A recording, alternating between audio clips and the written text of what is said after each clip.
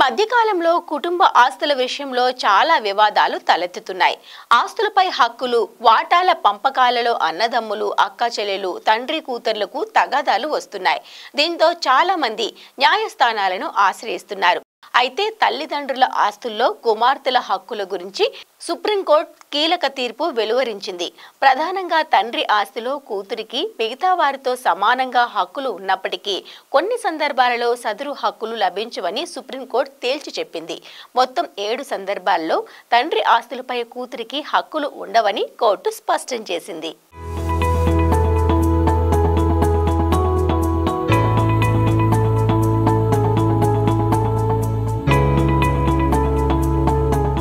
తండ్రి ఆస్తిలో కూతుళ్లకు ఎప్పుడు హక్కులుండవు? పూర్వీకుల ఆస్తిలో కుమార్తెల హక్కులకు సంబంధించి సుప్రీంకోర్టు పలు కేసులను ఉదహరిస్తూ స్పష్టమైన తీర్పును వెలువరించింది. హిందూ వారసత్వ చట్టం 2005 ప్రకారం పూర్వీకుల ఆస్తిలో కుమార్తెలకు సమాన హక్కులను కల్పించినప్పటికీ ఈ హక్కులు వర్తించని మినహాయింపులను కోర్టు స్పష్టం చేసింది. సుప్రీంకోర్టు తాజా తీర్పు మేరకు దేశవ్యాప్తంగా కొత్త మార్గదర్శకాలు అమల్లోకి వచ్చాయి. కుమార్తెలకు ఆస్తిలో వాటా పొందే చట్టపరమైన హక్కు లేని 7 సందర్భాలను తెలుసుకుందాం. స్వయంగా సంపాదించిన ఆస్తి. తండ్రి స్వయంగా ఆస్తిని కొనుగోలు చేసినా లేదా కష్టార్జితంతో సంపాదించినా అది స్వయంగా సంపాదించిన ఆస్తిగా పరిగణించబడుతుంది. సదరు ఆస్తిని నిర్వహించడానికి, విక్రయించడానికి, బహుమతిగా ఇవ్వడానికి లేదా బదిలీ చేయడానికి అతనికి పూర్తి అధికారం ఉంటుంది. అటువంటి సందర్భాల్లో కుమార్తెలు తండ్రి స్వీయ సంపాదిత ఆస్తిలో వాటాను క్లెయిమ్ చేయలేరు.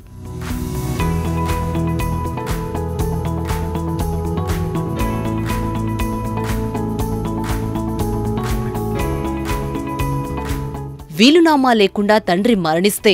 తండ్రి వీలునామా లేకుండా మరణించిన సందర్భంలో వారసత్వ చట్టాలు వర్తిస్తాయని సుప్రీంకోర్టు స్పష్టం చేసింది. మోసం, బలవంతం లేదా అనవసర ప్రభావం కారణంగా కుమార్తె వీలునామాను చట్టబద్ధంగా సవాల్ చేయవచ్చు. 2005కు ముందు విభజించబడిన హిందూ వారసత్వ చట్టం 2005 సవరణ చట్టం కుమార్తెలకు సమాన హక్కులను నిర్ధారించడానికి ఉపకరిస్తాయి.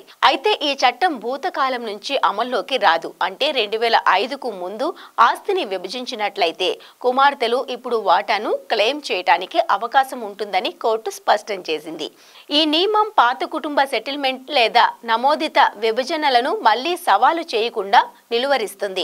కుమార్తెలు తరచుగా డబ్బు లేదా ఇతర ప్రయోజనాలకు బదులుగా తమ హక్కులను దస్తావేజ్ డీడ్ పై సంతకం చేయడం ద్వారా కుటుంబ ఆస్తిలో తన వాటాను స్వచ్ఛందంగా వదులుకోవచ్చు. ఈ దస్తావేజ్ చట్టబద్ధంగా అమలు చేయబడిన తర్వాత ఆమె ఆస్తిపై తన హక్కును శాశ్వతంగా కోల్పోతుంది. అయితే ఈ దస్తావేజు ఒత్తిడి లేదా మోసంతో సంతకం చేయించబడిందని నిరూపించగలిగితే ఆమె దానిని కోర్టులో సవాలు చేయవచ్చు. బహుమతిగా బదిలీ చేయబడిన ఆస్తి ఒక తండ్రి చెల్లుబాటు అయ్యే గిఫ్ట్ డీడ్ ద్వారా ఒక నిర్దిష్ట వ్యక్తికి, అంటే కొడుకు లేదా మరొక బంధువుకు ఆస్తిని బహుమతిగా ఇస్తే ఆ ఆస్తిపై హక్కుతో పాటు యాజమాన్యాన్ని క్లెయిమ్ చేయలేరు. కుమార్తెలు తరచుగా డబ్బు లేదా ఇతర ప్రయోజనాలకు బదులుగా తమ హక్కులను దస్తావేజు లేదా రీలింక్విష్మెంట్ డీడుపై సంతకం చేయడం ద్వారా కుటుంబ ఆస్తిలో తమ వాటాను స్వచ్ఛందంగా వదులుకోవచ్చు.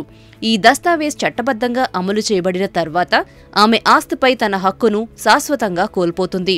అయితే ఈ దస్తావేజ్ ఒత్తిడి లేదా మోసంతో సంతకం చేయబడిందని నిరూపించగలిగితే ఆమె దానిని కోర్టులో సవాల్ చేయవచ్చు. బహుమతిగా బదిలీ చేయబడిన ఆస్తి ఒక తండ్రి చెల్లుబాటు అయ్యే గిఫ్ట్ డీడ్ ద్వారా ఒక నిర్దిష్ట వ్యక్తికి, అంటే కొడుకు లేదా మరొక బంధువుకు ఆస్తిని బహుమతిగా ఇస్తే కుమార్తెలు ఆ ఆస్తిపై హక్కుతో పాటు యాజమాన్యాన్ని క్లెయిమ్ చేయలేరు. అయితే బహుమతి పత్రం చట్టబద్ధంగా నమోదు చేయబడి ఉండటంతో పాటు ఆస్తి యజమాని స్వచ్ఛందంగా అమలు చేసిన సందర్భంలో మాత్రమే ఈ నిబంధన వర్తిస్తుందని సుప్రీంకోర్టు స్పష్టం చేసింది.